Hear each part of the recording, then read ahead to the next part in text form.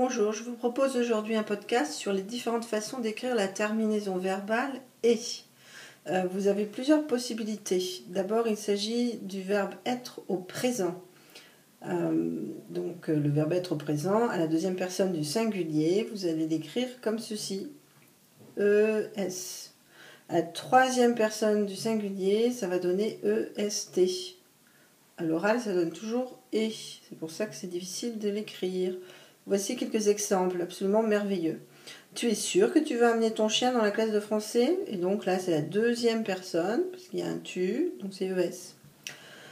Deuxième exemple. Oh là là, qu'est-ce que mon chien est intelligent! Il a lu L'étranger et a beaucoup aimé.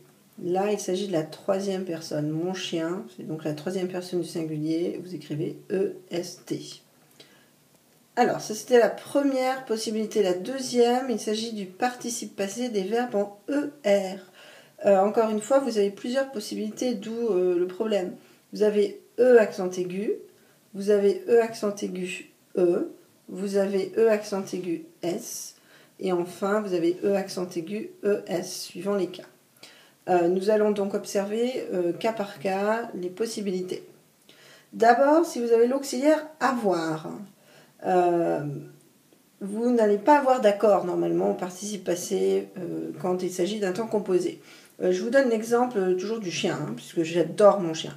Zut, mon chien a mangé ma cantatrice chauve. Ici, vous avez E accent aigu. Pourquoi? Parce que le participe passé ne s'accorde pas avec le sujet, mon chien. Par contre, quand vous avez un auxiliaire avoir dans des circonstances un peu particulières, vous pouvez avoir E accent aigu E par exemple. La seule possibilité, c'est quand le COD est placé avant le verbe.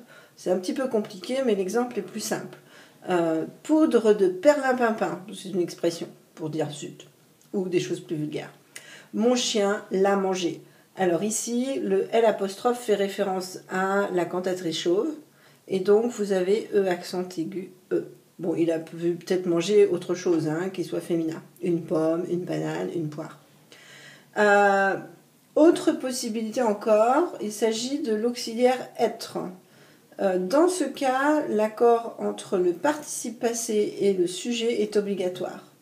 Vous avez donc le participe passé ici qui doit s'accorder avec le sujet. Alors bien sûr, là on ne voit pas l'accord. Mon chien est allé en vacances au ski avec ses amis, mais dans la phrase d'après, vous allez le voir. Ils sont allés à Chamonix. Aller, E accent aigu, S. Pourquoi? Parce que le participe passé s'accorde avec le sujet. Il au pluriel, qui fait référence aux amis de mon chien. Et à mon chien, bien sûr. D'accord? Alors, évidemment, petite blague ici, Chamonix. Je vous laisserai la deviner tout seul. Autre possibilité, on a maintenant l'imparfait. L'imparfait aussi, il a une terminaison en « et ». Ça commence à être embêtant, ces histoires de « et ». AIS pour la première personne du singulier, AIS pour la deuxième personne du singulier, AIT pour la troisième personne du singulier ou du pluriel. AIENT. Je vous rappelle le contexte de l'imparfait, ça peut être un passé lointain, un passé de description, un passé d'habitude, etc. Je vous propose un petit texte où mon chien est toujours le personnage principal. Mon chien aimait tellement la musique de Mozart que je lui ai acheté le CD de la petite musique de nuit au marché aux puces. Pendant des jours, nous l'avons écouté ensemble. Hier, il est venu me voir, il m'a dit « Tu sais, en fait, je n'aimais pas du tout. Je l'ai écouté pour te faire plaisir. » Ah, ce chien alors! Ses amis viennent à la maison aujourd'hui. Je lui ai demandé ce qu'il voulait écouter. Il m'a dit Snoop Dogg. Alors, vous voyez qu'ici, vous avez plusieurs terminaisons en « et ». Mon chien aimait, AIT. Je n'aimais pas du tout, AIS. Et il voulait, AIENT. Alors, dans tous ces cas, pour savoir quelle est la terminaison, je vous conseille toujours de remplacer par un verbe du deuxième groupe. Et notamment, si vous voulez, le verbe finir. Pourquoi? Parce que c'est le plus simple. Mon chien aimait, mon chien finissait, et donc c'est là que vous allez vous rendre compte qu'il s'agit de l'imparfait. Autre possibilité, vous avez maintenant le présent. Le présent de certains verbes. En réalité, même pas de certains verbes, mais de presque tous les verbes. Il s'agit des verbes, de tous les verbes, sauf le verbe dire et faire. Donc tous les verbes au présent, à la deuxième personne du pluriel, font EZ.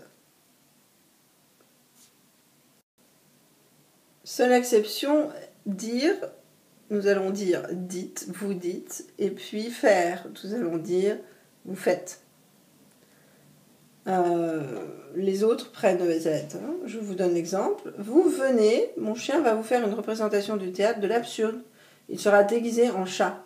Venez, bien sûr, prend EZ parce qu'il y a vous avant.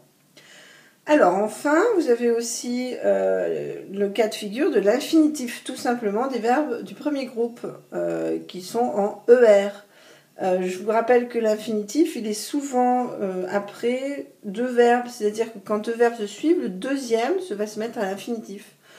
Et donc là encore une fois, si vous n'êtes pas sûr, vous allez remplacer par un verbe qui ne se termine pas en ER, par exemple s'endormir, finir, etc. On l'avait déjà vu ici. Toujours un exemple, je vais bien m'amuser, s'est dit mon chien en prenant son billet de cinéma pour aller voir un film superbe qui s'appelle Reservoir Dogs. Encore une fois, vous voyez qu'ici, m'amuser, ça va être l'infinitif. Pourquoi c'est l'infinitif? Eh bien parce que ce verbe est précédé d'un autre verbe. On a verbe numéro 1 et verbe numéro 2. C'est toujours la règle précédente. Quand deux verbes se suivent, le deuxième se met à l'infinitif. Si vous n'êtes pas sûr et que vous remplacez, par exemple par s'endormir, ça vous donne la phrase « je vais bien m'endormir ». Et vous voyez qu'au moins grammaticalement, ça marche. D'autres choses un tout petit peu plus subtiles, ce sont les verbes en ayez au subjonctif. Par exemple, balayer, essayer, payer, etc. Donc au subjonctif, ça va vous donner A-I-E, A-I-E-S pour la deuxième personne du singulier et A-I-E pour la troisième personne du singulier. Exemple, nom d'un chat, il faut que je paie mes impôts, a dit mon chien, paniqué. On est déjà le 14 avril. Ici, vous avez l'expression il faut que. Celle-ci est suivie du subjonctif. Il faut que plus subjonctif. Vous avez donc une terminaison AIE. Enfin, le verbe avoir au subjonctif est un peu particulier. Et donc, j'attire votre attention sur cette orthographe-là. Vous avez bien AIE comme avant, AIES, mais la troisième personne est une exception, AIT.